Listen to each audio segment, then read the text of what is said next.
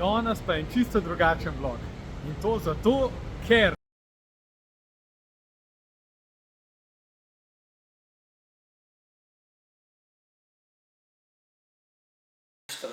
Ja. Takrat je oče, februarja odprl SP, sicer je že prej delal, malo kakšne usluge ljudem, imel je nek cirkular na njihovi domačiji, potem pa to ni šlo več tako in je mogel odpreti firmo. In prvi začetki so bili najem nekih prostorov v mlinu, tukaj v bližini, v Srednjih Jaršah. No, to so bili neki pravi začetki, kjer smo kupili prvi pravi stroj. In je potem oče začel delati in njegov prvi posel je bil izdelava oken za neko hišo. No, fajn. Ja. To še jaz ne vem. To je bil njegov prvi posel, no pa da povem, da tisti prvi posel nikoli ni bil plačan, tako da se je slabo začel. Potem smo dobili, jaz se čisto ne spomnim točno, jaz sem bil star, sem se komaj rodil dobro, spomnim se pa potem, ko sem bil star 5 let, smo začeli delati embalažo za razne cevi in tako naprej.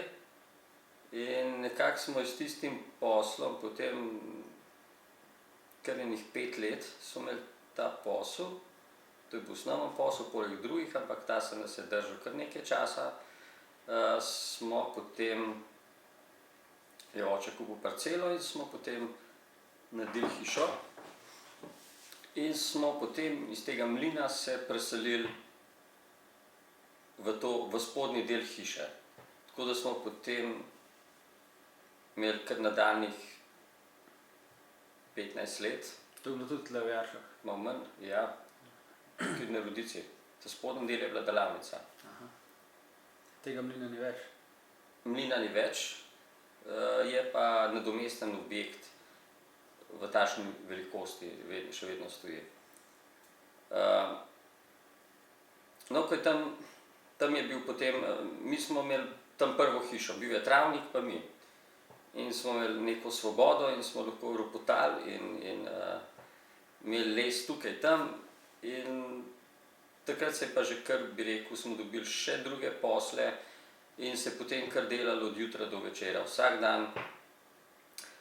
Potem so se začele zidati okrog druge hiše, postalo je to strnjeno naselje in smo potem našli izhod na tej lokaciji, ko smo zdaj. Kaj pa tam pri gasilcih, ko ste bili? Tam pri gasilcih, ja, ravno zdaj se tisto podira. Bilo je tako, da smo v tistem trenutku, takrat, ko smo vzeli te prostore v tem mlinu v najem, sta starša ostala, bi rekel, tudi brez stanovanja. In smo zaprosili lastnika tega mlina, imel tam še en konec zemlje, pa gasilce, ker so se nekako delili to parcelo, če lahko tja postavimo.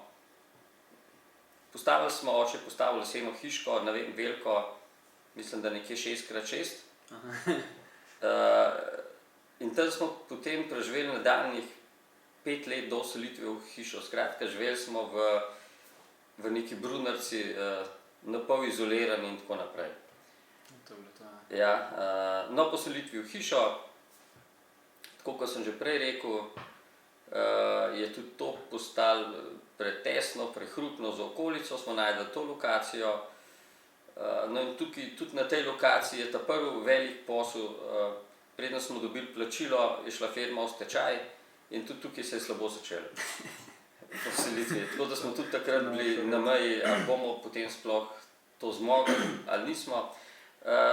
Skratka, obdobje, ko smo se preselili sem, je pa zaznamovalo nakup 4 stranke. Z očetom sva šla v Avstrijo, se še zdaj spomnim, na eno žago, gledati ta prvo 4 stranko in potem je oče to kupil in takrat smo bili, bi rekel, eni prvih v Sloveniji, ki nismo več na reskar delali v paš, ampak se je to začelo na 4-stranko in to je bilo neko zlato obdobje tistega časa, ko smo bili praktično monopolisti v tem koncu in se je prodalo dobesedno vse, ni nič ostalo. Za tiste, ki ne veste, kaj je 4-stranka, to je v bistvu stroj, ki noter daš surovo kosmato dilco oziroma pač nažagano dilco, dimenzionirano, na drugi strani pa ven pride fertik izdelek. Ja, se pravi gladka dilca. Se pravi, ali je to dilca, ne vem, za ograjo, za poden, ali je to pažna dilca, se pravi za stene, za strope, kukarkoli. In to je bilo takrat ful povpraševanja, je bilo ful v porastu, ker so ljudje sami včasih so ljudje, v primerjavi zdaj, so včasih ljudje vsi sami delali hiše s pomočjo prijateljev in so prišli sem po les in to je bilo to. Ja, če tisti, ki se spomnite, recimo v 80-ih, ko so se hiše gradile, ali pa če danes gledate kakšno hišo takrat zgrajeno, ki ima lesene dilce, tako pod napuščam v strehi, ali pa ki ima mansardo v lesenih dilcah, vse te dilce so, če so še na hiši danes že dotrajane, pa črne barve, ker so že tokrat narjavo pobarvane, ampak ja, te dilce so bile ful popularne takrat. Ja, potem je spet tukaj postali pretesno na tej lokaciji oziroma na starem delu in smo potem zgradili leta 80, 82, 83 nov objekt, kjer potem smo kupili še eno 4-stranko, imeli smo sušilnice, skratka vso tehnologijo za to vrstno delo in to je trajalo bi rekel, kar do leta 2010, v bistvu to je bilo 30 let, smo predelovali masivo, od sušenja naprej, to se pravi sušenje, predelava in tako naprej, smo bili na polizdelkih. Potem se je pa začela druga zgodba. Kdaj si ti začel z zunanjo opremo? Ja, poleg opaža smo začeli delati nekje leta 1993, smo začeli delati vrtne garniture, to se pravi, smo imeli dva osnovna izdelka, polizdelke pa vrtne garniture. Na vrtnih garniturah lahko rečem, da smo imeli največ izbire v Sloveniji, mi smo imeli več kot 10 modelov na zalogi, to je bilo vse na zalogi. Poleg ostalih modelov, ki so se pač izdelovali po naročilu in tako naprej. No, potem je tukaj tudi konkurenca naredila svoje, potem kar naenkrat ima vsak nek cirkular doma in tega je bilo kar naenkrat ogromno na trgu, po nižjih cenah, seveda, če si nekaj v garaži naredil sam popoldne na fuš, itak, da si lahko naredil cenejši.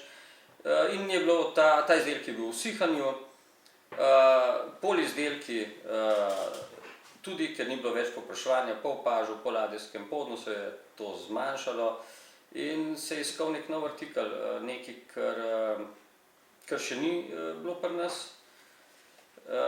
In potem se je začela zgodba, ki se jo ujema časovno tudi s prihodom Jaka v firmo. In katerega leta je bilo že to zdaj? To je bila zima 2012, ja. Na 2013, ko se spomnim, takrat si ti šel na Ljubljanski maraton Ja. In je bil prvi sneg 27. oktobra. Točno, ja. In ste v snegu laufali, mislim, da je na soboto maraton. Ja. No. In tisti je bil prvi sneg. In ta sneg je bil, tista zima je trajala do 1. aprila.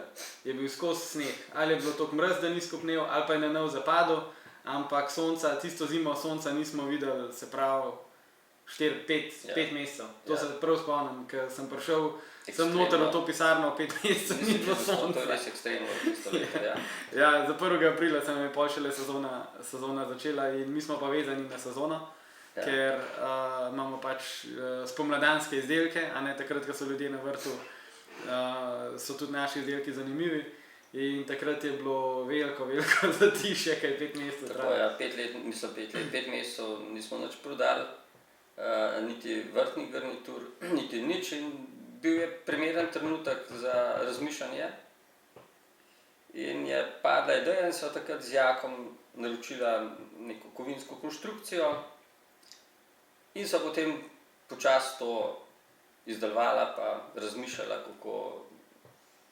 kako razne rešitve, kako narediti čim boljš, čim lepš, čim hitrejš, da bo imel nek smisel, da bo mogoče malo izstopali iz tega slovenskega povprečja brunaric.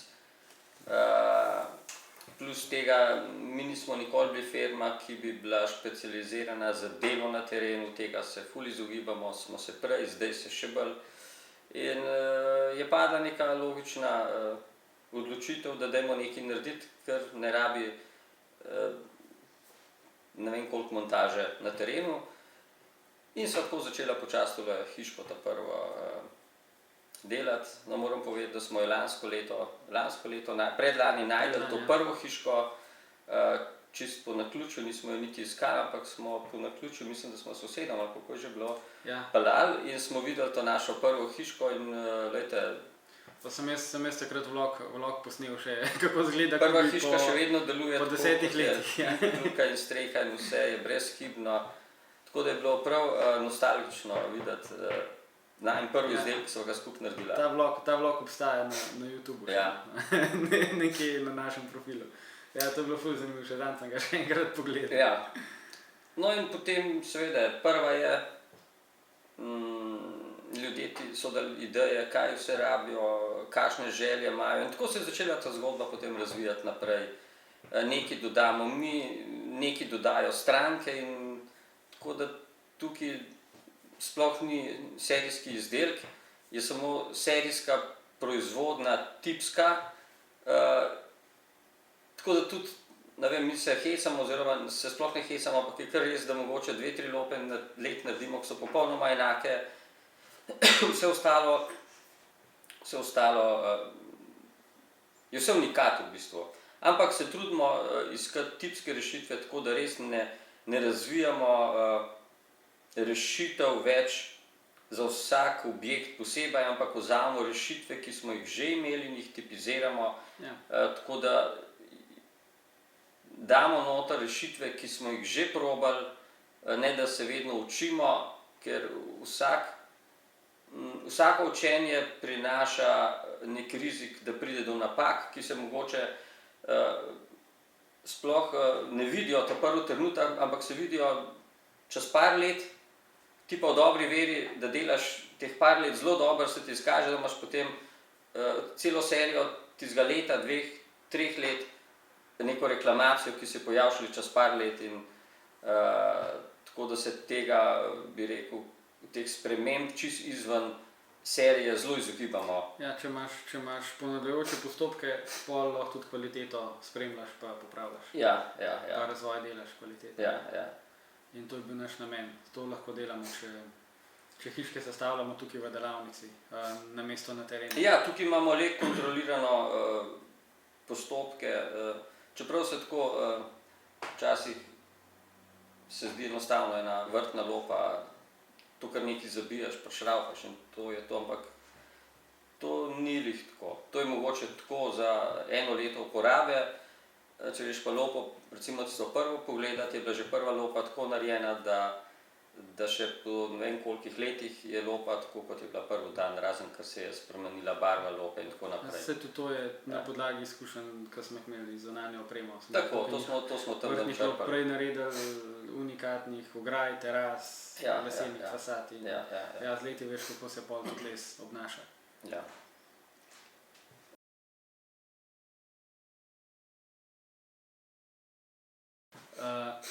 Jaz sem se pa pridružil 2012, se pravi, ko so tisto prvo hiško v garaži delala. In sem pa izhajal v bistvu že prej iz podjetništva. pri 16 letih sem v bistvu, zanimiva zgodba, ne bom kar povedal, ta se mi zdi kar primerna. V osnovni šoli, v 9. razredu, sem imel v bistvu pogoj ali pač jaz sem bil vsa leta v osnovni šoli odličen in v 9. razredu je kazalo malo slabše, da mogoče se pa le to ne bo zgodilo. Sem si pa ful želel skuterja, pač mopeda zato, da ne vem, da se vozim okrog, kakorkoli. In sem takrat dobil kakor en pogoj od vaju, da če bom pa odličen, tudi v 9. razredu, da ga bom pa dobil. No in sem jaz to kar resno zagrabil in sem takrat v tistem drugem polletju kar orenko griznil in se še spomnim, da sem pisal, takrat sem se prijavil še na Vegovo priznanje matematiko, ker sem mislil, da, oziroma rečeno je bilo, da če ga dobro pišeš, ne, dobiš pri matematiki 10. In pač taka ocena je prav prišla, ker sem imel pa matematiko med 3 pa 4 takrat. in sem Vegov ga pisal in sem ga ful dobro pisal. No in zaradi tega sem imel matematiko, ko sem 10 dobil noter, sem imel matematiko 4 in to je zadoščalo, da sem bil na koncu glih odličen, ja, glih ta bila prelomna. Pol sem pa dobil skuterja in pol sem se s tistem vozil, pač imel sem par kolegov, ki so isto imeli skuterja in smo se vozili, pa pol smo začeli šraufati, ker to je šlo 45 na uro, nam je bilo premalo in sem po 2 mesecih tistega skuterja čist podrl, pa prešraufal, pa da gre hitrej, pa blokade, pa pač mlad pa naumen. In je takrat obstajala že ena trgovina, ki so prodajali pač nadomestne dele za mopede, take bolj športne, da je šel pač moped hitrejši. In sem pol tam kar postal redna stranka. Do tukaj sem takrat en poletje delal, so iz Zlatotan, so tam ledilce ublala, pa sem malo denarja dobil, pa sem vse zapravil za skuterja. No in to je bilo pol točno tako delač, no, da sem pri tistem dilerju, pri tisti trgovini začel dobivati popuste. In mi je prišlo na misel, da bi bilo pa fajn tudi to kaj naprej prodati, ker sem imel kolege. Ti si dele učraufu od skuterja, ne? Ja. Dal noter nove dele, pa une ta stare prodajo, ne? Pa so te pa klicati začeli ljudje, ne? Ja, pa sem hit nove začel prodajati, ja. Takrat je bila ena trgovina, ki so naročali iz Nemčije, pa še kje sva šla, to se spomnim, da pol, ko sem že imel malo otočen, takrat je bil še MSN Messenger na računalniku, ni bilo še pametnih telefonov in bil sem ful aktiven na enih forumih, ko so bili te skuterji pa ta scena. No in sem kar dosti kolegov pol imel, ko so me začeli spraševati, Jaka, a lahko še meni zrihtaš? No in pol je to tako izgledalo malo na fuš, enkrat na teden sem material naročal, prodajal naprej in takrat se spomnim, ko sva šla v Ljubljano iskat, ko sva se vozila, si rekel, Jaka, tle imaš 500 €, pa iz tega nekaj lepega narediti in to se še zdaj v živo spomnim, ko sva pol tisti material si mi 500 € plačala in pol je to skozi krožil naprej. No in pol je prišlo do tega, da sem odprl SP, pa da sva v bistvu plačala za ta prvo spletno trgovino in to šlo pa kar naprej. Takrat je bil en MSN Messenger, jaz sem bil v srednji šoli, bil sem star 16-17 let, to sem prodajal po tem, ko sem iz šole prišel do 11 zvečer do ponoči, pa drug dan vzmatran nazaj v šolo. To so naj klicali starša v šolo. Da je nekaj narobe s tem otrokom, da ne bodo malo pozorni, če pije, če se drogira in tako naprej. Ker je bil ves podrt v šoli, no potem... Jaz pa nisem imel tazga občutka, meni se je delo vse normalno, jaz sem mislil, da to lahko vse pokajno. Sem pa povedala, da je 16,5 si bil star, ki si firmo odprl, ne? Sva povedala, da ni računati na to, da bi bila kakšna droga, ampak da dela pa res veliko in da bo to vzrok. In, no, potem je pa dobil celo, ko so to zvedali, si dobil pol kot nek status športnika. Ja. Tisto je bilo prvič na šoli, da so podelili status Športnika, ne športniku. Ja, ne športniku, ja, kot podjetnik. Ja. Ja. Ja, in takrat je bilo tako, ja, od ponedeljka do petka vse po šoli, pa pol vikende, pa itak je še pač v srednji šoli, pač te razgane, greš ven, greš v družbo in pol se tudi za vikend nisem naspal. Ampak to se je takrat dalo. No. Takrat sem se tako dobro počutil. Zanimiva pot v Nemčijo, ker ti si postal pač njihov dealer tukaj, njihov voznik, ne? Ja. Ko so meni segali v roke, verkam, to tvoja afera, sem rekel, ne, jaz sem sam šofer njegov, ker njemu čestitite za prodajo. Tako da oni sploh niso vedeli, da imajo opravka z mladoletno osebo. Ja. Niso imeli pojma, nikoli ga niso vprašali in tako je tudi ostalo do tistega trenutka, ko smo se prvič srečali s to firmo. Ja, samo mailali smo se in pač veš, da je nekdo na drugi strani, ne veš pa kdo. No, to je bilo en lep obdobje, zanimivo, no? Zelo zanimivo, pestro tudi. Ja. Ja, tako da no, vse tista trgovina je bila skuterist.si in pol sem na Hrvaškem še odprl podjetje, ker na hrvaškem trgu teh izdelkov ni bilo.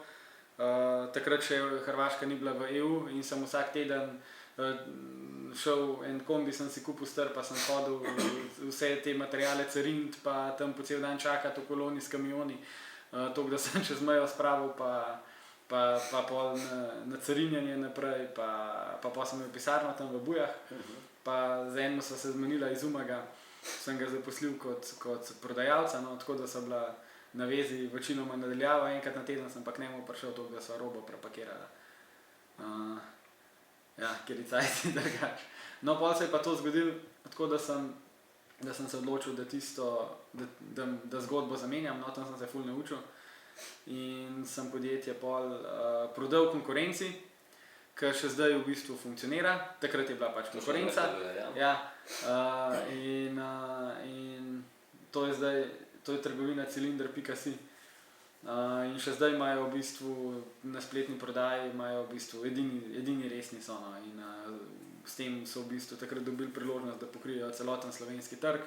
Sicer trg je majhen, ampak je pa vseeno dovolj velik za nekoga, da pač se ustvari normalen life. Ja, tako da so se z njim takrat zmenila. Jaz sem pa že takrat prišel sem.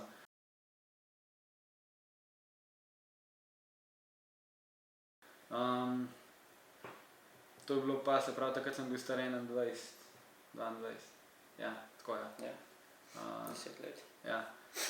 Pa vem, da takrat tudi nisem nič si frej vzel, nič pauze, že takrat, ko je bila primo predaja, sem jo že tukaj naprej delal, pa že bungalove takrat po mailih pošiljal v Nemčijo, pa v Švico, prepisoval avtokempe iz katalogov, maile, pa telefone, pa ja, kva se je vse dogajalo. Ja. In takrat moj prvi posel je bil za Švico, 2 bungalova, za en kemp.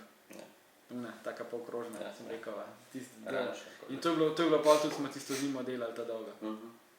Ja, se tisto mora še kakšna slika obstajati.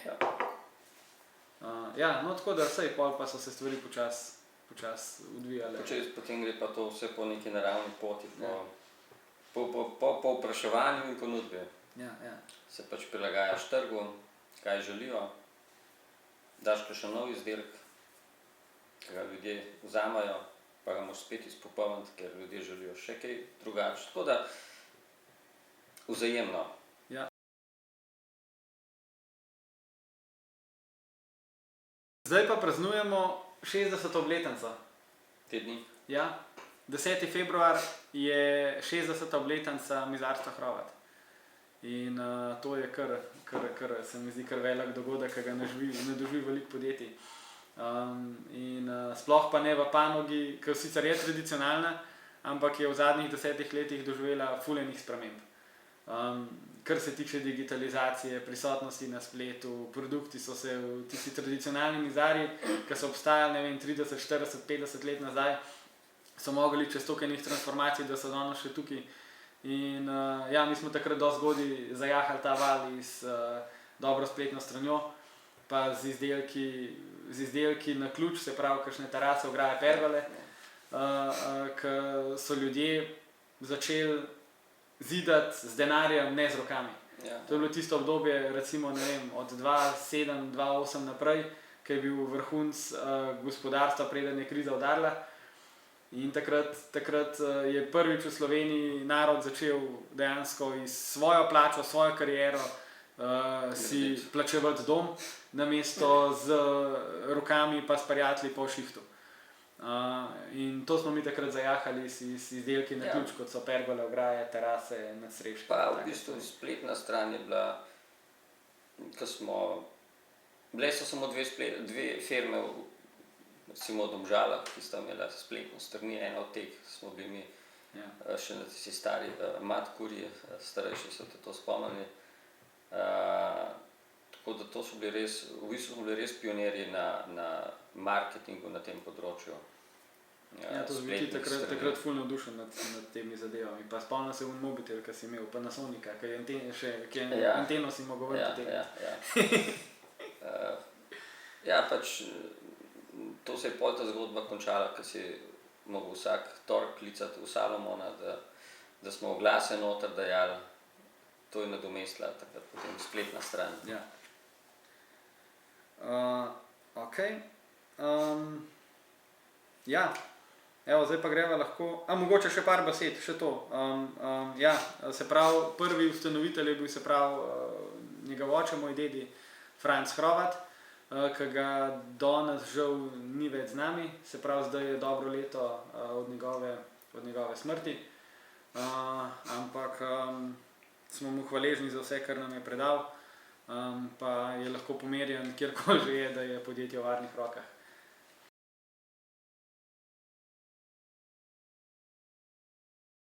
Se pravi, to so pa zdaj družinski odnosi v podjetju.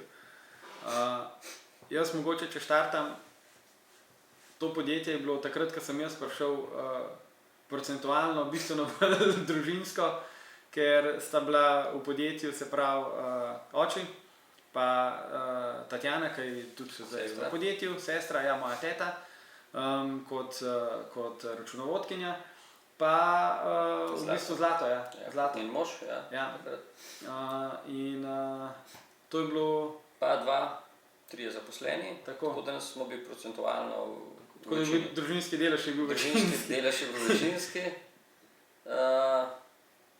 Ja, potem, ko je prišel Jaka, smo potem pridobili več posla, več potrebe po zaposlenih, tako da smo zdaj izgubili večino. Ja, zdaj v bistvu nas je v ekipi 17. 17 nas je, ja.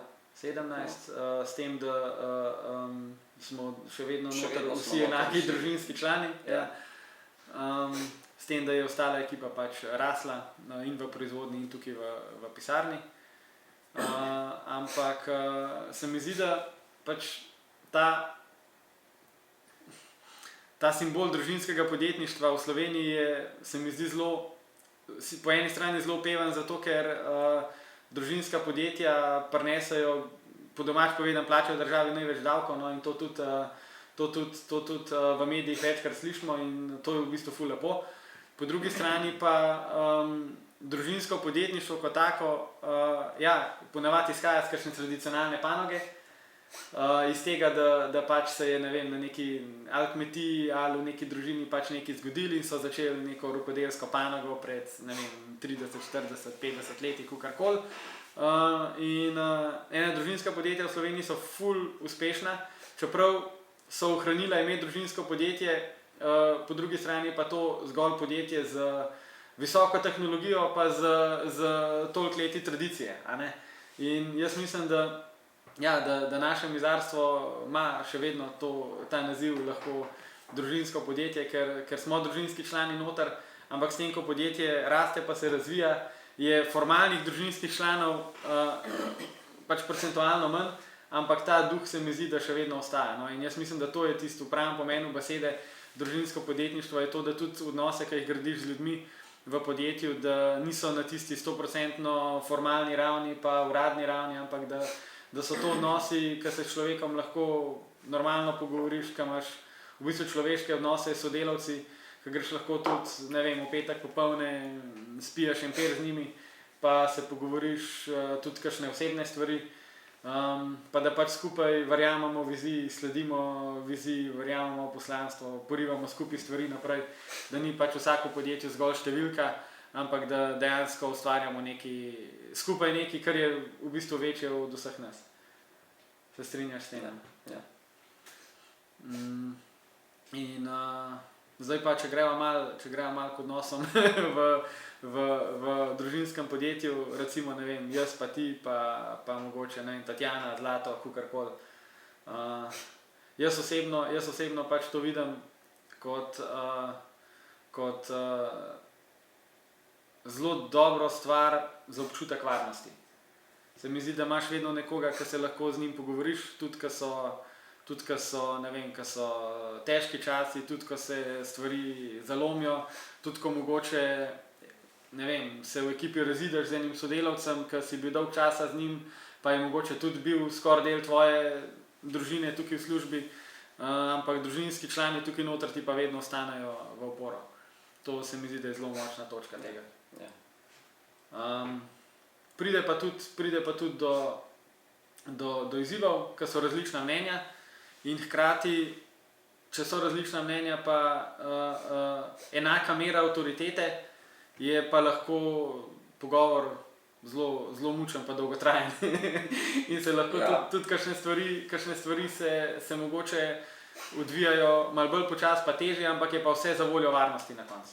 V tolikih letih, ko so skupaj, sigurno so bili ogromno svetlih, tudi kakšni temni trenutki, ampak mislim, da osnova vsega je, da se dol usedeva. Vse je rešljivo, nič ni, bolj gre za detajle. Čeprav moram povedati, no, to mogoče bo zanimivo slišati, da midva se nimava časa v osebnih stvarih v firmi pogovarjati. Midva, marsikdo se čuti, a nisi Jaku to povedal? Ja, nisem. Pa kako ne, saj si 10-12 ur z njim, nisem.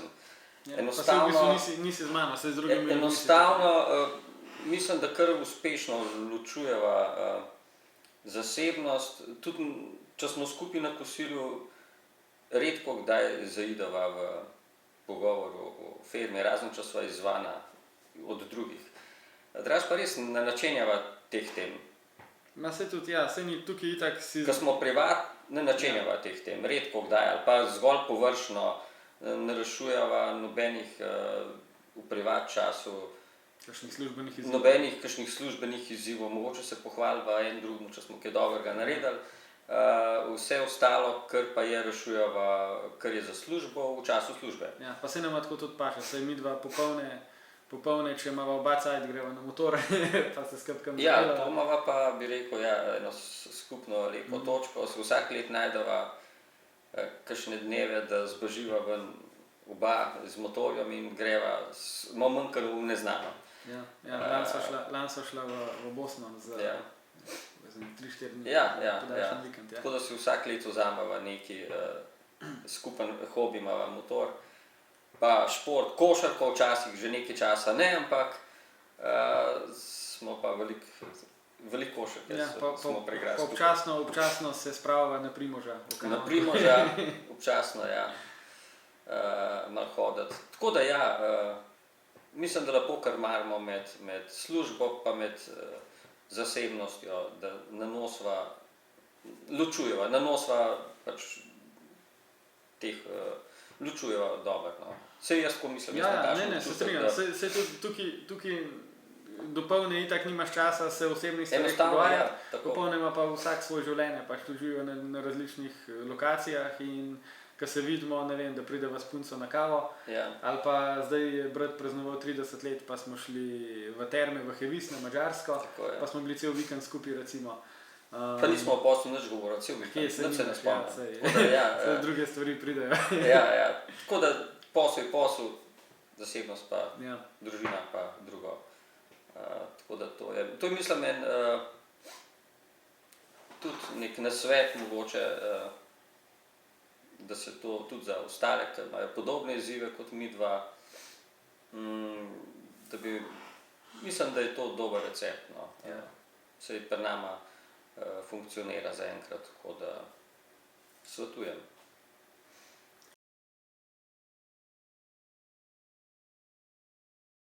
Prav, zdaj imamo v bistvu ta generacijski premik, Ja, tako kot si ga imel ti 97 iz starim očetom. ja mislim, drugače je bilo. Bolj gre v to smer, ali pa je šlo v to smer, no pa tudi zdaj, da mogoče ne ponavljam nekih napak, ki jih je pa mogoče moj oče naredil. Pač sem imel določene izkušnje in te izkušnje probam izkoristiti v tem razmerju med mano pa med Jakom, da mogoče kakšna napaka, saj ni nihče idealen, jaz mogoče delam nekaterem drugem področju napake, ki jih Jaka opaz, pa ki jih jaz ne. Drugače pa nimam nekega občutka, jaz sem Jaku, predal. Zdaj to je bolj groba beseda, predati, to pomeni, da predaš, da nehaš, pa da greš stran, pa zaenkrat nimava tega obdobja, zaenkrat je to vse prehodno obdobje še, ampak nisem imel nikoli občutka, da bi Jaku predajal. To se mi zdi nekako naravno, da jaz prej slej ne bom tukaj, ne bom skozi, ne bom pač, itak bom jaz tisti, ki bo mogel na bremzo stopati, prej slej se poskušam, pa če treba v glavi to poštimati, to bo mogoče Jaka več vedel o tem, on gleda iz druge strani, jaz iz te, ampak jaz nisem imel nikoli občutka, da predajam, ker tudi Jaku zaupam in ne vidim nekega tega, ni to nek oster prehod, no. Ja, zaenkrat sva sodelavca. Saj se tudi toliko enih stvari se dogaja noter. Mislim, ogromno stvari. Ful enostaven je, recimo začetek je bil zelo enostaven, ker nas je bilo samo 5, 6, to je zelo enostaven. Potem, ko firma zraste, je pa to čisto drugače. Je pa to, verjemite, da je čisto drugače. Ja, greš v neznano. Da se vse tisto, kar si nam rekel, da se podre, ampak vse se predrugači, vsa ta razmerja, ta odnos, kar naenkrat postane drugačen. Že tisto, kar sem prej rekel, da se v službi ne pogovarja o zasebnih stvarih, pa ne zato, ker se ne hotla, ampak enostavno, ker nama niti na misel ne pride, ker nimava časa. In to je ena velika sprememba. Dokler nas je bilo 5 ali pa 6, smo se ustavili. Vsake delo, kar je... Smo se ustavili, nekdo pa nesel krofe, smo se usedali, malo pa so malo pojedali, pomalcali, pa smo še naprej delali. Da se tega ne moramo privoščiti. Da nas je 17, pomeni 17krat toliko minut, je toliko ur na dan in ne moreš tega početi. In to je pa tisti preskok iz firme, recimo nekaj, ne vem, 5-6 zaposlenih do 17, ki se pa odnosi čist, ne bi rekel, da se podrejo, ampak predrugačijo. Ja, in midva sta tudi šla dosto neznano, noben v družini ni prej naredil tega preskoka, nisva imela predznanja, nisva imela izkušenj odprej in itak pridejo pol tudi strahovi. Jaz sem bil bolj na pogumni strani zaradi neizkušenosti, kdaj tudi na preveč pogumni strani. Sem imel res veliko željo, da pač se razvijamo naprej. Oče, ti si imel že veliko izkušenj odprej, vedel si, kje so pasti, kje so stvari, ki grejo lahko narobe. In med tem, kar mart, je včasih lahko, včasih je pa težko, ne. Ja. Tako da to sta v bistvu sta dva pola v nama, kar marta po najbolj optimalni možni poti, ampak ni vedno idealno. Se tudi zmotaš, tudi narediš napako, ki jo na koncu tudi plačaš. Eden od naju naredi napako, jo mora plačati oba. Ne? Eden od naj naredi uspeh, pa pač tudi praznujeva oba. Ne? In tudi voda, tak sistem, recimo v tej panogi, ki je res delovno intenzivna, ki je pač res treba z rokami ustvarjati, hitreje, ko boš z rokami ustvaril, več ti bo konc dneva ostal, in motivirati ljudi okrog sebe, jim dati nek smisel, da zakaj sploh to početi. Se mi zdi, da je točka, ki nas združuje, da pač jaz skozi govorim, da delamo nekaj, kar je večjega od nas in da iz izdelki, ki jih imamo zdaj skupaj hiškam, z vsem tem, tudi zdaj, ko imamo bivalne pa izolirane hiše, pa stanovanjske razvijamo, da ljudi vračamo k naravi, da tistega človeka ali pa družino, ki živi v novi stanovanjski hiši, da ga spraviš iz dnevne sobe, iz TV-ja, da ga spraviš na vrt, pa mu postaviš, ne vem, letno kuhno, mizo pa stole pod pergolo, toliko, da lahko uživa vsaj v tistem majčkem modelčku narave, čeprav mogoče živi v urbanem naselju ali pa v mestu. In ena nadgradnja tega je pa zdaj to, da dejansko postavimo stanovanjski modul, stanovanjski kubi, modul, ki se da noter živeti ali pa ga uporabljaš za vikend ali pa za sprostitev, za savno, karkoli. In s tem smislom pač to mene osebno tudi motivira, ker dam veliko tudi na naravo, ne samo, ko se z motorjem vozim po gorskih cestah, ampak tudi, ko greš v hribe, tudi, ko se ustaviš za trenutek pa rečeš, kam smo prilezali, hitimo iz dneva v dan, mudi se nam za preživetje, na koncu imaš pa doma na dvorišču, na vrtu vse, kar rabaš. Nič drugega ne rabaš, pa se podimo za nekimi stvarmi, za nekimi ideali, ki so za srečo v življenju čisto nepotrebni, ampak te kar potegnejo noter, pač ta dnevni ritem te potegne. In se je smiselno včasih malo ustaviti pa vrniti nazaj. In jaz pač to vidim, vrnitev k naravi je tudi vrnitev k tem našim prvinskim nagonom, k tem našim tam v bistvu, kjer najdemo ta prav mer, a ne, v družini, v naravi, v miru, v gozdu. In to je nekaj, kar nas kot podjetje povezuje. Da lahko rečemo, da pač delamo nekaj izjemnega, da ljudi, ki so naši kupci, pripeljamo en korak bližje temu, kar marsikdo v podjetju tudi od nas živi. Tako. Vsakmu prinesemo neko zadovoljstvo, ker je to le del bivanja, del hiše ali karkoli. Skratka, naš izdelek prinese nek plus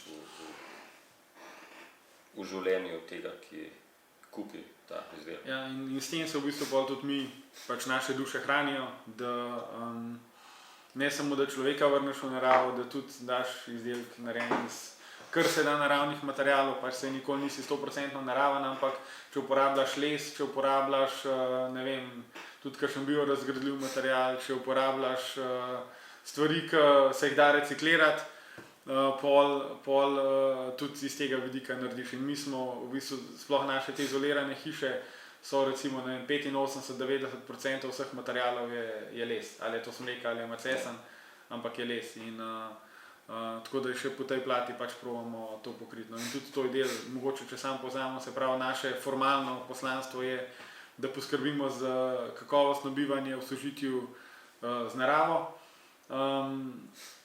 V bistvu tako za naravo kot za človeka, ne? Ker smo na koncu vsi eno.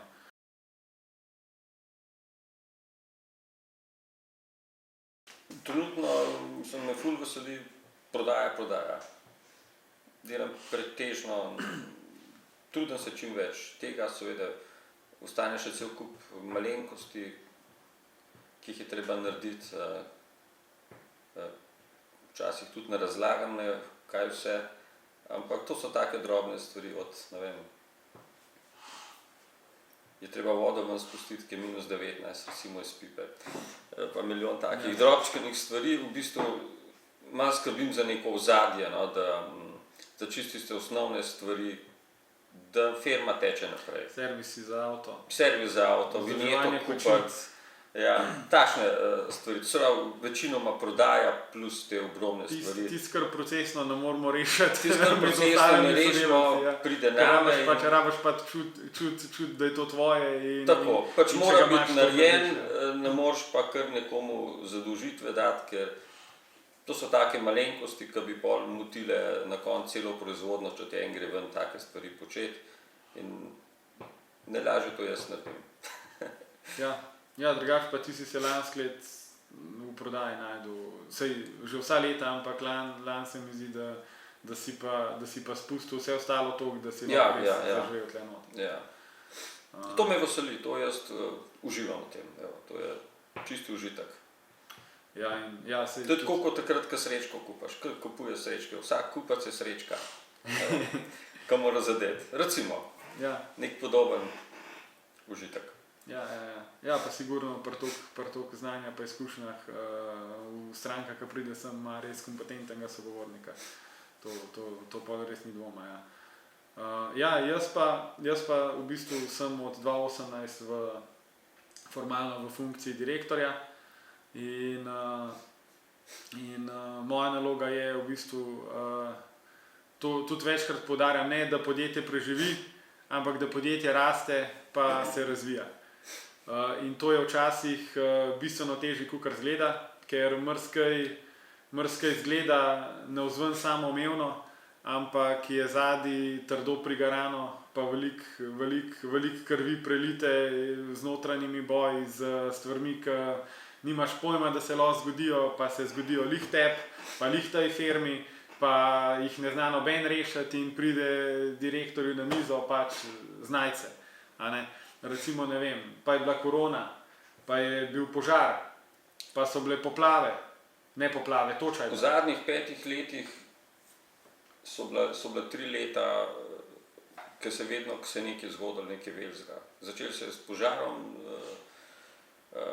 toča nam je zbila vse strehe, korono smo itak vsi takrat občutili, vmes sem še malo zbolel, tako da so takšna zadnjih 5 let zelo v bistvu, hočem reči, ful energije nam je v zadnjih 5 letih so nam pobrale druge stvari, ne posel, ampak druge stvari. Na katere nismo imeli vpliva, niti se ne moreš pripraviti naprej. Začeli se pa s požarom, ti si bil ta prvi šok. 2017, je bilo 2018. 2017, ampak mogoče en šok, ki je pa spreobrnil vse tole. Ker takrat je bilo pa res treba nekaj narediti. Takrat ni bilo a bi ali ne bi, ampak enostavno je bilo treba se odločiti, kako naprej. Kako naprej, ali zapreti ali naprej. Sploh ni bilo dileme, samo naprej. No in takrat smo pač zgoraj nam je tukaj skladišče, manjkalo je še 2-3 minute, pa bi gorela delavnica z vsemi stroji. In smo v bistvu na tistem pogorišču lahko potem postavili čist nov objekt. Tukaj je tudi ena stvar, recimo, ki ločuje generacije med sabo, pa se mi zdi prav, da jo tudi povem, tudi za ostale, ne vem, ljudi, ki ste v družinskem podjetju. Vsaka generacija ima svoj način vodenja in z tem, ki si določen čas vpet v podjetju, pridajo tudi navade in predmeti, na katere si čustveno navezan. In recimo, mi smo s tem, ko nam je 2017 pogorelo skladišče, mi smo imeli noter zloženih cel kup stvari, ki jih pač nismo smeli vrsti stran. Pač nismo jih smeli, noben jih ni že 15 let rabil, ni jih pogledal, prah se je gor nabiral, ampak pač to je tam bilo, to je tam moglo biti, to je zmer tam tako bilo. Star oče je pač tudi takrat rekel, to pač bomo rabili in noben se ni s tem vprašanjem ukvarjal. Naravno, da je bilo. To je bilo pač naravno, In kar naenkrat, ko je to pogorelo, je bilo cel kup enega prostora, pa noben ni nič pogrešal s tem noter. Cel kup prostora se je naredil. Pač tiste dilce, ki so bile noter, pač to pač je šlo. Ne vem, šla je tovorna parkovca, šlo je par takih stvari, ampak... Pogrešali smo še 2 let stvari, ki so bile noter, pač vedno, vsak dan se je pojavil kakšno vprašanje, ti kje imamo pa to, to je pa tam bilo. In samo to pač so bile drobne stvari, ko so nam pa res 2 let smo jih kar pogrešali in smo mogli pač precej stvari na nov kupiti. Niso bile neke kapitalne stvari, noter samo tisoč majhnih stvari, majhnih artiklov, ki smo jih pogrešali gotovo 2 leta. Ja, in to pol pa je prišla v bistvu na podlagi tega, smo takrat tudi asfaltirali dvorišče in pol smo dobili razpis za digitalno transformacijo, se pravi, to je bila subvencija, ko smo se prijavili na razpis in smo ga dobili in smo postavili pol tudi novo proizvodnjo. In takrat sem tudi jaz začel že malo študirati vidko organizacijo, se pravi po knjigi The Toyota Way, kar je bilo za nas nekaj čisto novega, kako zdaj kar naenkrat iz obrtnika začeti razmišljati kot industrija, kako stvari standardizirati, sistematizirati, kako pa sploh rastati od tukaj naprej in veš, da od tukaj naprej lahko rasteš, samo če imaš jasna pravila, jasne naloge, delovne postaje, če imaš procese naštelane tako, kot je treba, če imaš izdelek z dosti marže, če imaš konkurenčne prednosti, če imaš globalen potencial in vse te stvari so se takrat začele odvijati ravno na tem pogorišču, ne. Tako da to je bilo na koncu, ko črto potegneš, ko za nazaj gledaš, je bilo dobro. Je bilo pa pač v danem momentu je bilo pa to ful šokantno, to je bilo ne, ob 3 zjutraj, ob 2 zjutraj so klicali posaji. Ob 2 zjutraj smo prišli dol, ki je bilo cela desna stran v plamenu. To je prizor, ki ga ne bom nikoli pozabil, ampak to tako je in na pogorišču lahko pol pa smo naredili nekaj, kar drugače mogoče ne bi. Sigurno bi težje naredili. Ker bi nekako živeli v obdobju, ker nam ni bilo tega nujno narediti in potem smo pa mogli, ker smo pač ta del ves izgubili in smo mogli, potem brez tega nismo mogli biti in pač to je ravno tako, kot če bi stavbo podaril pa na nov naredil. Tako da, ko za nazaj pogledaš, je bil to korak naprej, ne korak nazaj. In isto se je zgodilo prvo s korono, ko smo, v bistvu tukaj je bilo pa obratno. Tukaj je pa trg dozorel na stvareh, ki smo jih mi že vedeli. Mi smo recimo kubi hiške skozi hoteli prodajati nadaljavo, pa preko spleta, pa da ne rabiš na meritve hoditi k stranki, ker je irelevantno, da pa zmenita se za dimenzije, on pride sem pogledat in pogledamo fotke in smo mi ful bolj učinkoviti, pa zaradi tega lahko tudi boljš vodimo celoten projekt. In nekako trg ni bil zrel za to, da mi smo kar mogli hoditi, meriti, pa se dogovarjati, pa nisi posla sklenil, če se nisi, ne vem, v Ajdovščini ali pa ne vem, nekje v Murski Soboti z avtom pripeljal, pokazal za 10 minut, dal roko pa šel domov. In med korono je pa trg tukaj dozorel, da so ljudje dobili zaupanje, da lahko tudi nadaljavo sklenaš posel, brez da človeka vidiš osebno. In mi smo bili pa takrat zaradi te digitalne transformacije pripravljeni s konfiguratorjem, z dobro spletno prezentacijo, z vso prisotnostjo na socialnih omrežjih, s temi videi, konec koncev. Se pravi, pri koroni smo v bistvu ljudi uspeli navaditi, da kupujejo nadaljavo. Ja, da tudi če izdelek košta, ne vem, 10-20 jurjev, da si ne rabiš seči v roko fizično, da ne rabiš se voziti v Mursko Soboto, da tam skleneš posel, ampak da te stvari lahko potekajo tudi nadaljavo preko maila, ne vem, če je treba prek videoklica, kakorkoli toliko, da se vzpostavi zaupanje, ampak da imamo z digitalnimi orodji vse, kar rabimo, in s tem smo bili tudi mi bistveno bolj učinkoviti. Tako, tudi z videoklic in veliko opcij je zdaj na voljo. Ja. Kar se pa tiče toče, tisti pa, razen to, da imamo novo streho, ni bilo kakšne druge koristi. Ni bilo dodane vrednosti tukaj. Pa še med korono je bilo samo dodaten stres nepotrebno. Bilo je pa kar veliko škode spet. So imeli poplavljene prostore in tako naprej, pisarne, računalnike, po tipkovnicah je tekalo, povsod je tekalo. Tako da, pač, to je za nami. Jaz sem bil na morju takrat izgled doma. Ja.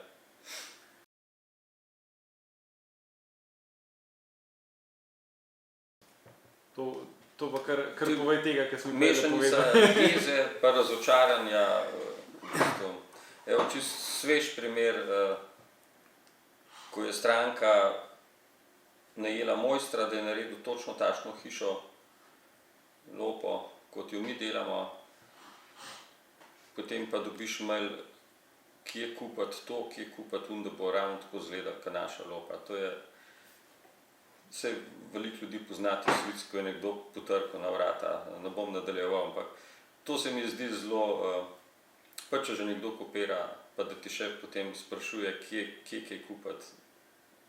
Sem brez komentarja. Tukaj res dostkrat mi ful vlagamo v razvoj,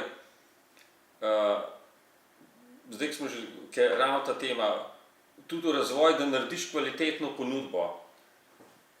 Nihče se ne zaveda, koliko ur dela je to, koliko neprespanih noči, koliko sobot, koliko nedelj, da lahko vse te postavke, ki so v ponudbah, ki jih dobite, da so pravilne, da je pravilna cena.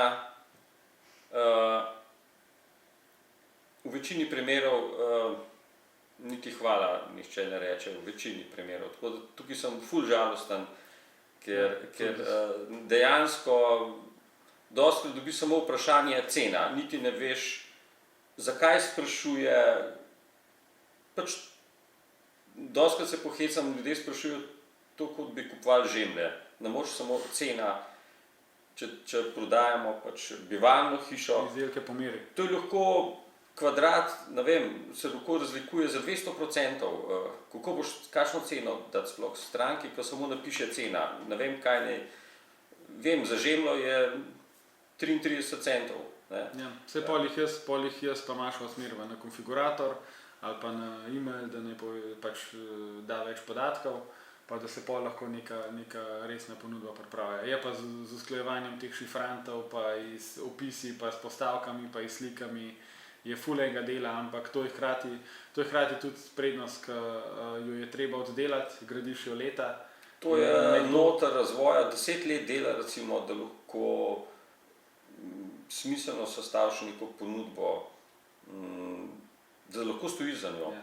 In lih to, mi se pač tolažimo, sej niti ni tolažba, mi se zavedamo prednosti, da izdelka, čeprav se na prvi pogled sliši simpel, ti ga lahko narediš nek laičen približek, recimo kubi hiški, ampak zadaj, ker je toliko enih izkušenj postopkov, kako dilco pritrditi, kako ravno streho narediti, da tesni, kakšne spoje narediti, kakšne detajle narediti, da to na dolgi rok obstane, kako pravilno zračunati ceno, zmeriti proizvodne čase, kako imeti nadzor nad stroški, koliko si dejansko denarja porabil za nakup materialov, koliko si ga porabil skupaj z odpadkom, koliko časa bo šlo na montaži, koliko časa bo šlo za pripravo načrtov. To so vsi podatki, ki so na videz v čem skriti, ne? Ampak je pa za njimi ogromno enega dela, ogromno enih skrbi, da pač to z leti zgradiš, ker zadnje je sistem, ki ga moraš vzdrževati, negovati, ampak ti na dolgi rok potem začne prinašati rezultate. Ne? Tako da zato nas ne skrbi, da bi se, ne vem, čez noč nekdo pojavil, pa začel kopirati izdelke in kar naenkrat postal, ne vem, večji, boljši, kakorkoli, ker v obrtniških panogah je ogromno ročnih procesov, ki imajo zelo nizko dodano vrednost in večina obrtnikov, ki dela cenejš, ki dela na fuš, ki dela s povprečnimi materiali, se zacikla v to, da ima mogoče maksimalno še enega zaposlenega, pol se pa zgodba konča, ker mu finančna konstrukcija ne znese, ker ne more normalno organizirano voditi nabave. Pa vrednotiti vseh urnih. Ne zna primerno vrednotiti, ja, zmanjka infrastrukture in jaz vem, da je to pot treba prehoditi, da ta pot ni lahka, traja najmanj 10 let, na dobro osnovo, recimo, saj da imaš neko nepremičnino in da se to ne da kar tako delati. No. Vem pa, se pa da, ker smo pač mi že del te poti prehodili, pa tudi vizijo se mi zdi, da imamo zelo dobro začrtano in da je tudi izvedljiva, čeprav tudi ni lahko izvedljiva, a ne, tukaj pač nič ne pade na pladnju iz neba v podjetništvu, sploh pa ne v panogi, ki je delovno intenzivna, ki je relativno nizka dodana vrednost, ki je dejansko treba z rokami ustvarjati, ne s tipkovnico. In zato tudi takšna podjetja, ko se enkrat na trg pozicionirajo, lahko preživijo leta in leta, ker so oddelali nek tako težek del poti, da ga redko kjer izmorejo. Ne da se, težko se preskoči nekaj okrog tega. Tukaj je tudi spet korona nekaj dobrega naredila. Mi smo bili primorani narediti ponudbe, naprimer za kubi, naprimer ponudba, en komad kubi stane toliko. To pri nas ne pije vode, pri nas je za en kubi 10 postavk, vsaka postavka posebej ločena, zato da stranka lahko kupi nadaljavo, ker ve, koliko stane okno, ve, koliko stane pod noter, poden, koliko stane elektrika. In res, da je vse to razčleno, pravilno vrednoteno, to so res stotine ur, pa izkušenj, pa meritev, pa preverjen materialov. In zato nas zaboli, vsaj mene osebno, ko ti nekdo kopira hiško, potem te pa vpraša, če mu lahko kljuke prodaš, ker jih ne najde. Zato me to boli, ker v narekovajih se izkorišča stotine tisoče ur razvoja. Hkrati smo pa na prostem trgu, jaz se zavedam, da je vse to dovoljeno, jaz se zavedam, da pač, če se ukvarjaš s konkurenco, če se ukvarjaš z stvarmi, ki te tišijo navzdol, da pač stagniraš. Ja, se pa ne ukvarjamo s konkurenco. Če po pravici povem, se jaz osebno ne grem gledati, kaj počne konkurenca, razen če dobimo nek takšen podatek, da ti res v mailu nekdo takole napiše, drugače pa jaz dostikrat rečem, kakšen prav, pa dobim cenejš, pa tako naprej. Moja filozofija je takšna, dokler so kupci, pomeni, da je cena pa kvaliteta ta prava. Ja. Ko enkrat ne bo kupcev, potem se pa moramo vprašati, kje delamo napake oziroma kaj konkurenca boljš dela kot mi. Dokler so pa in kupci in prodamo, pa ne vidim težav.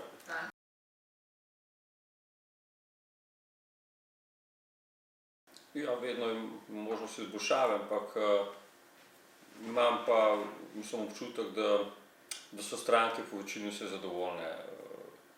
Velikih je presenečenih, bijo celo boljš, ker so pričakovale, kar nekaj takšnih strank imamo.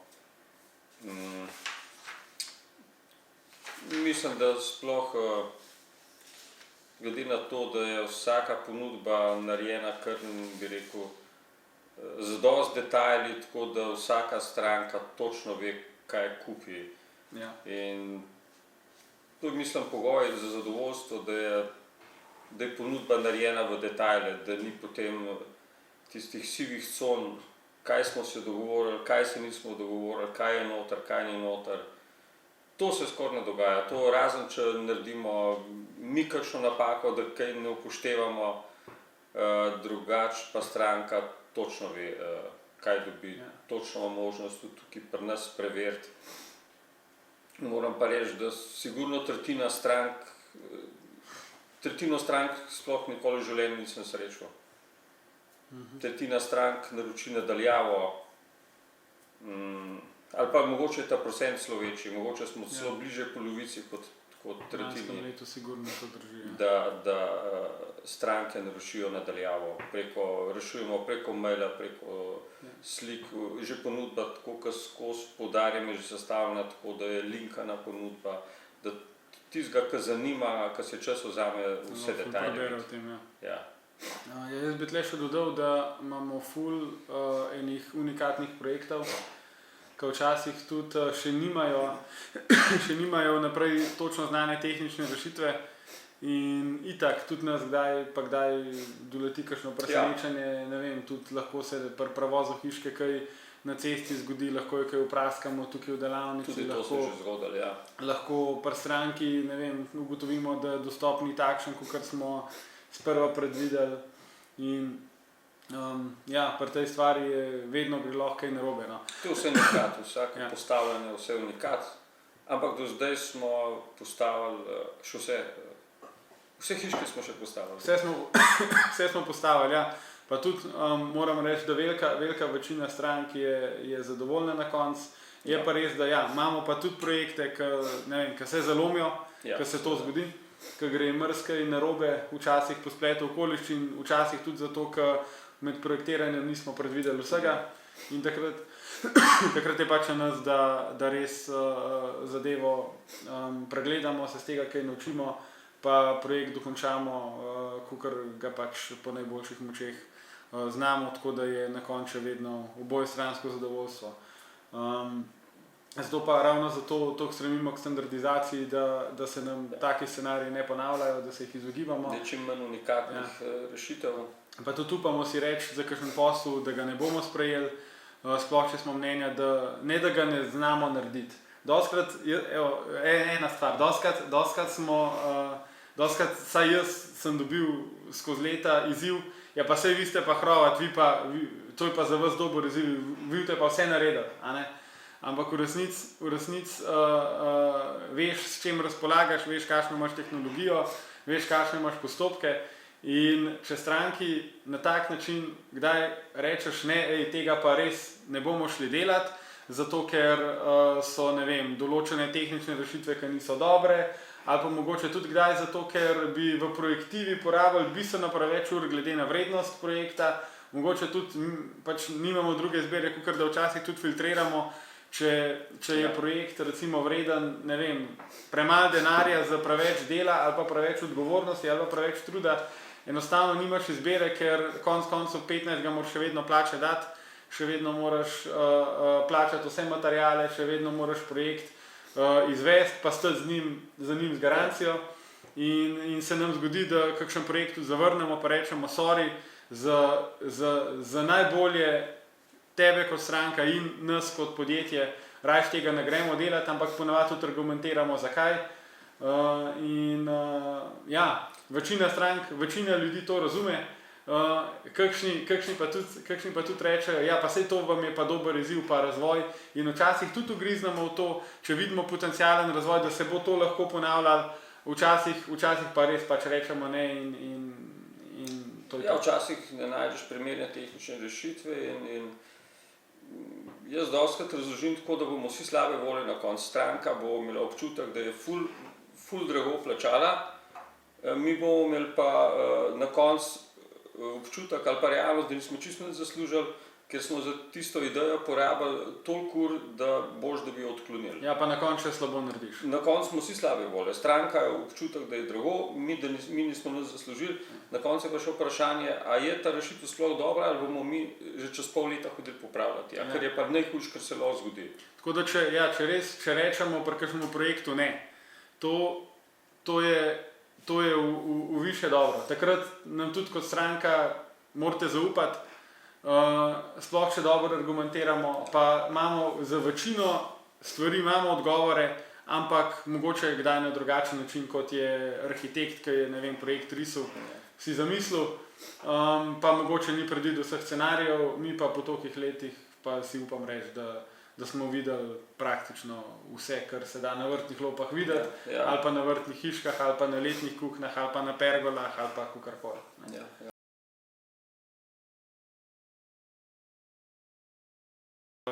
10 let nazaj prva kubi hiška, zdaj pa kar delamo že stanovanjske module, bivalne enote, vikend hiše, to je tako noro. Preden ti dam besedo, moram še to povedati, da smo imeli, to je zdaj 3 do 4 leta nazaj, smo imeli mentoriranje tudi z Tanjo Skaza, ki nam je pomagala narediti kar en velik premik v načinu, kako delamo, kako odgovornosti med zaposlene razdeliti, kako procese nastaviti, pa tisto, kar je osnova, postaviti vizijo, poslanstvo pa vrednote, tisto, je jedro podjetja, tisto, kar je tvoj glavni kompas, ne samo kot podjetnik, ampak vsako podjetju, da se sploh lahko odloča. Je to podjetje za njega, da dela lahko tukaj noter, da ga podjetje lahko srečuje, da ga hiške lahko srečujejo. In zato toliko velikrat jaz ponavljam poslanstvo, to, da ljudi vračamo k naravi, je nekaj, kar ima čustven naboj, ampak lahko se z njim poistovetiš, lahko pa se tudi ne poistovetiš. In nič ni narobe s tem, moja naloga kot podjetnik je to, da pač okrog sebe naberem čim več ljudi, ki to čutijo. Vizija pa je, da postanemo sinonim za najbolj dovršeno hiško na trgu. In namerno rečem beseda hiška, ne hiša, ker si želimo ostati majhna hiša, ker s tem v bistvu sporočamo, da ni pomembno, v koliko velikem prostoru živiš, ni pomembno, da imaš, ne vem, večjo, boljšo, bolj moderno hišo kot sosed, ni pomembno, da imaš sploh slovensko zelo boljši avto kot sosed, pa da te boli, kot sosed, ne vem, kup nekaj, kar ti nimaš, ampak da si zadovoljen v tistem, kar lahko mi nudimo v bistvu na tem segmentu bivanja. Ja, pač jaz in zdaj se mi zdi, da ekipa zelo dobro že to čuti, zagovarjamo, da ne rabiš veliko, da si srečen. Pa to ne pomeni, da moraš živeti skromno, ampak da moraš živeti preprosto, učinkovito in dati fokus na tiste stvari, ki so res pomembne. Se pravi, družina, obdati se z ljudmi, ki ti v življenju veliko pomenijo, ki te izpopolnjujejo, ki te hranijo z energijo, ne ki ti jo jemljajo. In ponavadi takih ljudi v življenju, ki jih na koncu prešteješ, ni veliko, pa na prvem mestu je pač tvoja družina in vse ostalo je pa svoboda. Se pravi, da si ustvariš okolje, ki ima čim več svobode, da nisi ti sužen svojega doma, da ne rabiš ti 200 kvadratov hiše sesati, da ne rabiš ti čez 20 let zamenjati 30 oken, če jih samo 5 uporabljaš. Da ne rabiš skrbeti, ko greš na dopust, kaj ti bo iz hiše ukradel. Da lahko prosto z družino ali pa, ne vem, če si par ali pa če si, ne vem, upokojenski par, kakorkoli, da lahko potuješ po svetu, da greš, ne vem, da greš na koncert, da greš v dobro družbo, pa te ne skrbi, kaj se dogaja doma. Pa koliko nafte boš pokuril za gretje? Za gretje, še gretje, ja, ne samo vzdrževanje, še gretje je. In na koncu prideš do zaključka, da rabiš za neko srečno življenje kvadraturo primerljivo stanovanju v bloku. Se pravi, če lahko srečne družine živijo v stanovanjih, ne vem, do 70 kvadratov, ali pa recimo od 50 do 70 kvadratov, pa nimaš v bloku ne vrta, ne dvorišča, ne svojega miru, ko stopaš na hodnik, si obdan z pač množico ljudmi. Če v tem uživaš, je super, ampak včasih, ali pa vsak rab svoj mir, takrat, ko hoče biti sam, takrat, ko se hoče spočiti, ko se hoče malo makniti in vse to dobiš v naravi. In zagovarjam, da v naravi hiška, velika 50 do 70 kvadratov, tudi 30 do 70 kvadratov, jaz živim na 30 kvadratih, v bloku pa mi čisto nič ne manjka, da imaš lahko tam vse, kar rabiš. Pa še za denarnico je bolj prijazno in ti v bistvu omogoča svoboden life in to je naše poslanstvo. In to delamo z razvojem teh modularnih hiš. Omogočamo to vrsto rešitve za bivanje. Ja. To se pravi, majhna parcela, majhne enote, naši moduli, ki obenem lahko omogočajo, vse zasnovani so tako, da lahko nekdo kupi majhen modul, en modul, naprimer 30 kvadratov in ga kasneje pripelje še enega in še enega, če je slučajno potreba po več modulih, ker vsak modul sestavljen je samostojen, v bistvu ima svojo streho, svoje odvodnavanje, tako da so dobesedno moduli, ki jih lahko tudi, če se pravilno že v štartu lotimo zadeve z načrti, lahko ti moduli kasneje dograjujejo, dokupujejo v neskončnost, če kdo rabi več tega prostora. In to je, modul pomeni, da je pač vnaprej sestavljena hiška, ki jo mi v delavnici fertik naredimo in jo že narejeno pripeljamo na lokacijo, Tako da tudi na terenu imamo, ne vem, en dan, 2 dni dela, pa je hiška pripravljena na uporabo. Se pravi, ne rabimo po gradbišču skakati 1 leto, ne rabimo loviti, ne vem, 10-15 podizvajalcev, pa jih časovno usklajevati, pa lepe dni ne rabimo. Pa ne rabimo gledati na lep vreme, ne rabimo požirati napak, ki jih naredi en podizvajalec, pa drug reče, to pa ne bi smel biti tako narejen, ne vem, pride estrih narediti, pa za njim pride parketar, to je pa vse iz vas rvage, kdo bo zdaj to popravljal. Ja, en bo mogel popraviti, pa investitor bo mogel plačati. In nimaš se komu žaliti. Pri modularni gradnji pa vidim to prednost, da pač s tem, ko standardiziramo vse postopke, se tem težavam izognemo, pa ker večina stvari naredi naša ekipa, lahko pol res Če ve, kdo je odgovoren za kaj. Kdo je odgovoren, pa lahko res delamo na kvaliteti.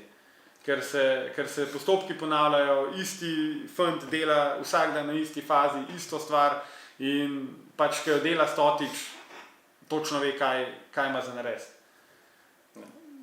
Tako da to je, jaz vidim pač prihodnost gradnje v modularni gradnji, pa predvsem v manjših kvadraturah in jaz vidim izdelek kot, da je to dom za svobodne ljudi ali pa, ne vem, dostikrat rečem za novodobne hipije, za ljudi, ki se želijo vrniti k naravi, za ljudi, ki si želijo notranjega miru in sigurno to inspiracijo tudi črpam iz sebe, pa hkrati tudi želim sodelavce v to smer voditi, ker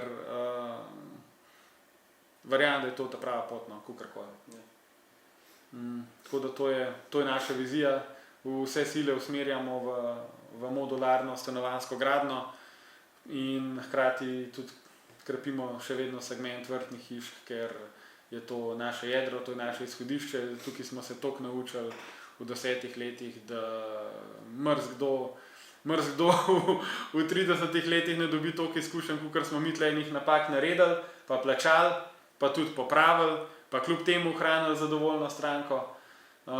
In moram še tle povedati pri zadovoljstvu strank, če se spet nazaj vrnem. Marsikera stranka, ki je ekstra zadovoljna, pa nam to tudi pove ali pa napiše, nimamo časa teh stvari objavljati na socialnih omrežjih. Včasih pride ven tudi kakšna slaba stvar, ki je itak slaba reklama, slaba reklama podre 10 dobrih reklam ali pa še več. In zdaj lih z Mašo sodelavko intenzivno delava na tem, da vse tiste dobre feedbacke, vse tiste pohvale, ki jih mi vsak dan slišimo tukaj v pisarni, po telefonu, po mailu, osebno, da te stvari tudi spravimo ven, ker to so stvari, pozitivna energija, lepe stvari so tiste, ki nas hranijo in ki jih moramo več komunicirati. Pa nimamo časa, ampak si ga moramo trgati. To je ena takih stvari, ki jo lahko midva danes tukaj poveva, pa se nam ne vidi, ampak si želimo, da se vidi.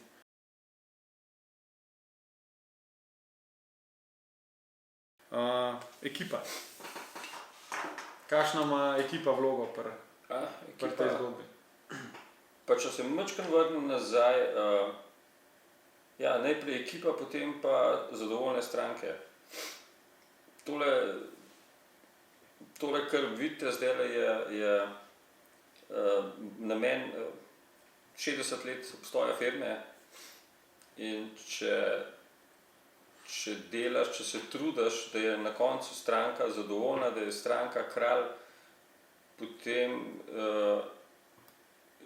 očitno, da se lahko dosežejo tudi ta leta obstoja firme, ker če imaš za sabo, tako kot je Jaka rekel, nezadovoljne stranke, eno nezadovoljno, 2, potem mislim, da je to težko doseči. Se pa seveda mi imamo na let, ne vem, verjetno skoraj 150, 160, 180 poslov in vedno ali pa se najde vmes tudi stranka, ki naredimo napako, najde se stranka mogoče, ki je tudi mogoče pričakovala več, kot smo zmogli, ampak to je procentualno tudi 1% se mi zdi, da ima takšnih strank. Velikokrat gremo v lastno škodo, zato da veliko več nam pomeni stranka, kot pa na koncu denar. Ampak kaj pa ekipa zaposlenih? Ja, to pa druga stvar spet, oziroma ki je povezana eno z drugo. Če ni zadovoljna ekipa, potem tudi stranka ne bo zadovoljna, ker ne bo dobro narejen.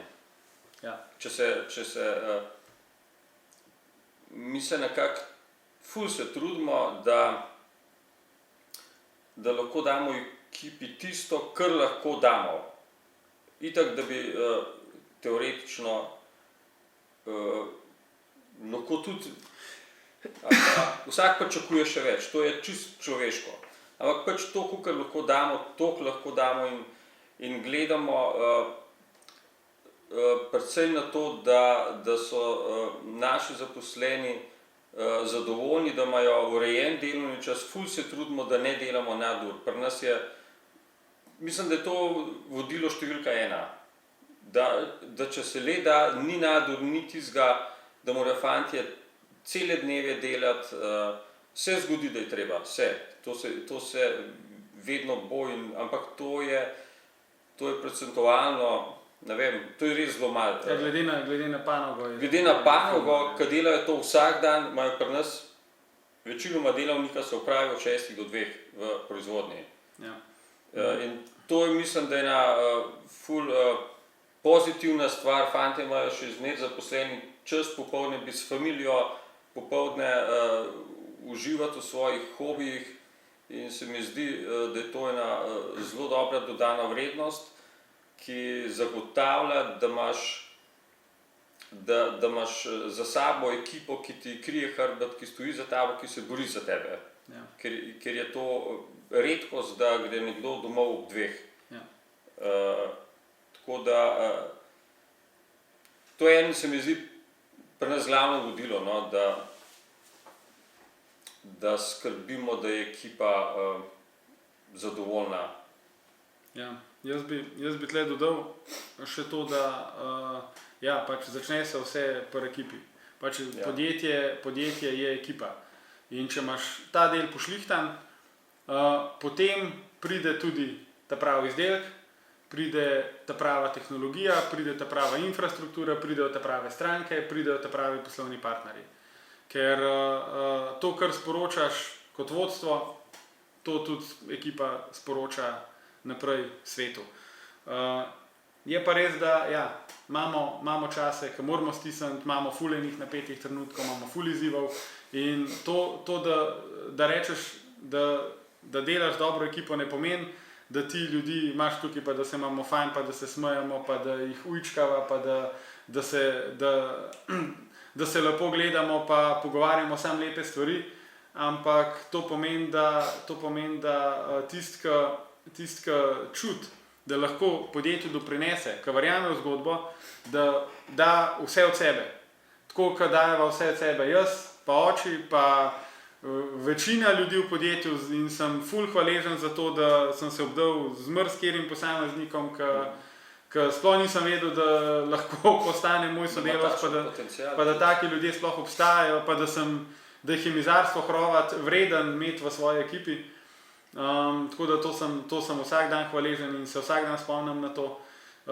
Ampak to so ljudje, ki se soočajo z izzivi, ki niso lahki, ki morajo v bistvu tudi v proizvodni fantje v 8 urah oddelati toliko, kot konkurenca oddela v 12. Ker če ne oddelajo toliko, pol delamo nadure. In to je sporočilo, ki ga moram komunicirati naprej kot voditelj, ker s tem se dela tudi napredek na učinkovitosti, na kakovosti. Če ne popravljamo reklamacij, če jih nimamo, ni treba nadur delati. Če imamo orodja na svojih mestih, smo bolj učinkoviti. Če delamo manj korakov po nepotrebnem, po delavnici, smo bolj učinkoviti in tako naprej. In s temi koraki, z vsemi temi stvarmi, če jih vsak posameznik dela, smo lahko z leta v leto bolj uspešni. Morate dopolniti, mogoče da ne narobe razumljam, mi nateramo ljudi v Iberture. ampak gledamo to, kar je Jaka rekel, namesto da se dela 100 korakov, lahko z 10 koraki isto Tako. naredimo. Ja.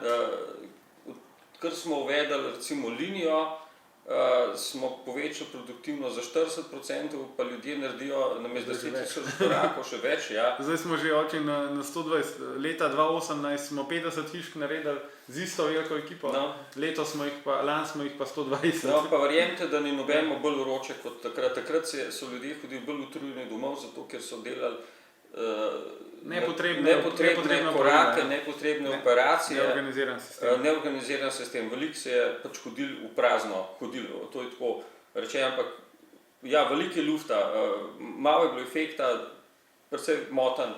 Skratka, zdaj je teh moten precej manj, precej več se dobesedno se vidi, da se dela, ne da se hodi od enega konca do drugega po nepotrebno. In lih to nam je oči odprla knjiga The Toyota Way, ki je veliko teh prijemov noter, veliko teh stvari.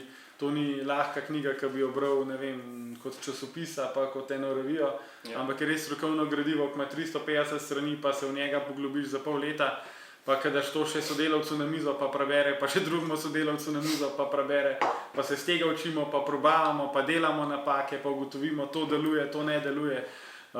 Dajmo to tako narediti in s časoma, ja, z majhnimi koraki se da stragljati, ja, in narediš napredek in na koncu, ko vidiš rezultat, pa ko pogledaš pot, ne vem, zadnje 2 leti, zadnje 3 leta, si hvaležen za to, ker vidiš, kakšen enormen napredek lahko naredi organizacija, ki se ga na dnevni ravni sploh ne vidi, ker so majčkeni koraki, majčkeni premiki, ampak v seštevku je pa to enormno. Ja, ja. Ja, tako jaz bi zaključil s tem videom. To podarjava vsem tistim, ki so želeli vedeti več o podjetju, pa midva tudi so si vzela čas na, v bistvu, na praznični dan, da sva tole posnela, zato ker je tudi nama veselje. Ja, za 60-letnico se mi zdi, da se spodob dati take tudi malo insiderske informacije, ki so pač del nas. Del življenja, naše zgodbe. Ja, in prav je, da tudi takšne stvari komuniciramo, da ni vse vedno v rožcah, da ni vse v celofan zavit, kot moji oglasi na Facebooku, pa kakšni videi, da je še malo ozadja. Če so kakšna vprašanja, vprašajte, mi smo tukaj. Tudi kritike sprejemamo. Ja, veselim se pozitivnega in mogoče kakšnega drugačnega feedbacka, ker s tem se učimo, s tem postajamo močnejši, s tem rastemo. Če vas zanima Kubi hiška, ali vrtna, ali stanovanjska, ali vikend hiša, ali pergola, ali ne vem, stojnica, turistično naselje, karkoli, tukaj smo, obrnite se na nas, dajte nam šanso in se bomo probali dokazati maksimalno, da izpolnimo pričakovanja, da vaš projekt res speljamo na najvišjem nivoju. Pa še sodelavka Maša me je opozorila, da moram vas povabiti na novičke. Za vse tiste, ki še ne veste, že več kot 5 let, vsake 2 tedna objavim video, ali sem na terenu, ali dan kakšen izobraževalen content ven. In to je neka uporabna vsebina, ki ima danes že preko 20.000 sledilcev, ko vsake 2 tedna na mail dobijo ta video, objavljeni so sicer tudi na našem YouTube kanalu. In vabljeni ste, da se prijavite na novičke, res se vsebina ne ponavlja, vsakič je nekaj novega. Vse sprotne izzive boste videli, z vsem boste na tekočem, tudi s tem, kako razvijamo stanovanjske modularne hiše, ker to mislim, da bo zelo vroča tema v naslednjih letih. Se obeta, bi rekel, kar nek preskok, že dolg časa se pripravlja. Ja. Lahko povemo, da je že skoraj 2 leti se pripravlja in v kratkem boste vedeli kaj več o tem. No? Pripravljamo konfigurator, zdaj le delamo novo spletno stran, ki bo čisto posodobljena s cel kup novimi projekti. Ja, meni je v čast, ali pa raj rečem, nama je v čast, da ste bili z nama, ja, pa da ste ostali do konca videa, ker jaz mislim, da je s tem tudi moje delo opravljeno, ker to sporočilo dajem naprej in to, da vas zanima, da si vse to pogledate, tudi naj v bistvu hrani in celotno ekipo hrani in daje potrditev, da smo na ta pravi poti. Tako da hvala še enkrat, me je veselil, pa se vidimo v naslednjem videu. Hvala, čau.